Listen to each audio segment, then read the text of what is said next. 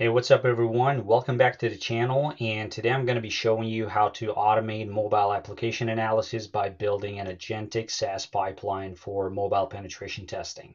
So instead of taking the classical approach of manually sifting and grabbing through the decompiled code, we're going to look at how an AI agent, specifically with Google's ADK and the MobSF project, can sort of automate the workflow for decompiling the app, extracting any tokens, credentials, and secrets, and then interpret the final output. Right now, you're looking at the official page for Google's Agent Development Kit, or ADK. ADK is essentially a framework that allows us to build goal-oriented AI agents which are capable of interacting directly with local infrastructure, the local file systems, and APIs as well.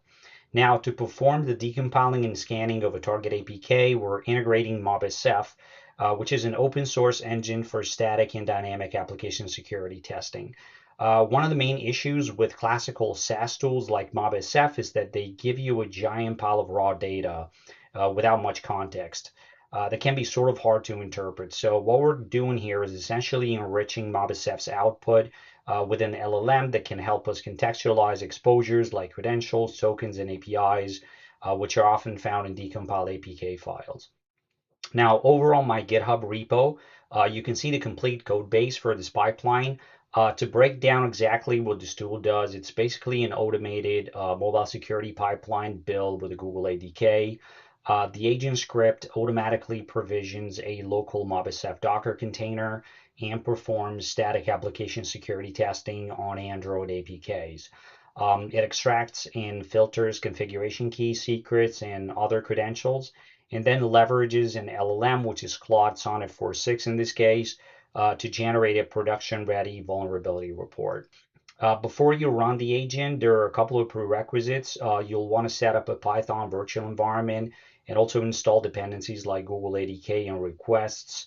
You also need to ensure that you export your Anthropic API key as an environment variable in the current session so the agent can authenticate and communicate with the LLM backend. If you take a look at the code itself, you can see the architecture is split into a few core functions. We have a star MobSF Docker for infrastructure automation, the run SAST and extract secrets to handle the APK upload and calling the MobSF APIs, and then the filter high signal data, which recursively cleans up the output. There are a few elements here that are hard-coded, but you could obviously change them. For instance, our target inference engine is set up to Anthropic Claude Sonnet 4.6, but you could swap this out as newer models will become available. Additionally, the system prompt defines the agent's persona as a senior mobile security architect. You could modify this prompt to look for specific API patterns, or enforce stricter corporate compliance standards, or for example, to match your team's internal reporting templates. So I do suggest you change and tweak this section according to your specific needs.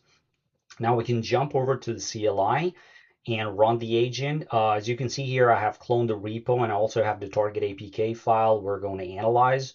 As it kicks off, you can notice how the agent automatically handles the Docker instance and runs the static analysis completely locally.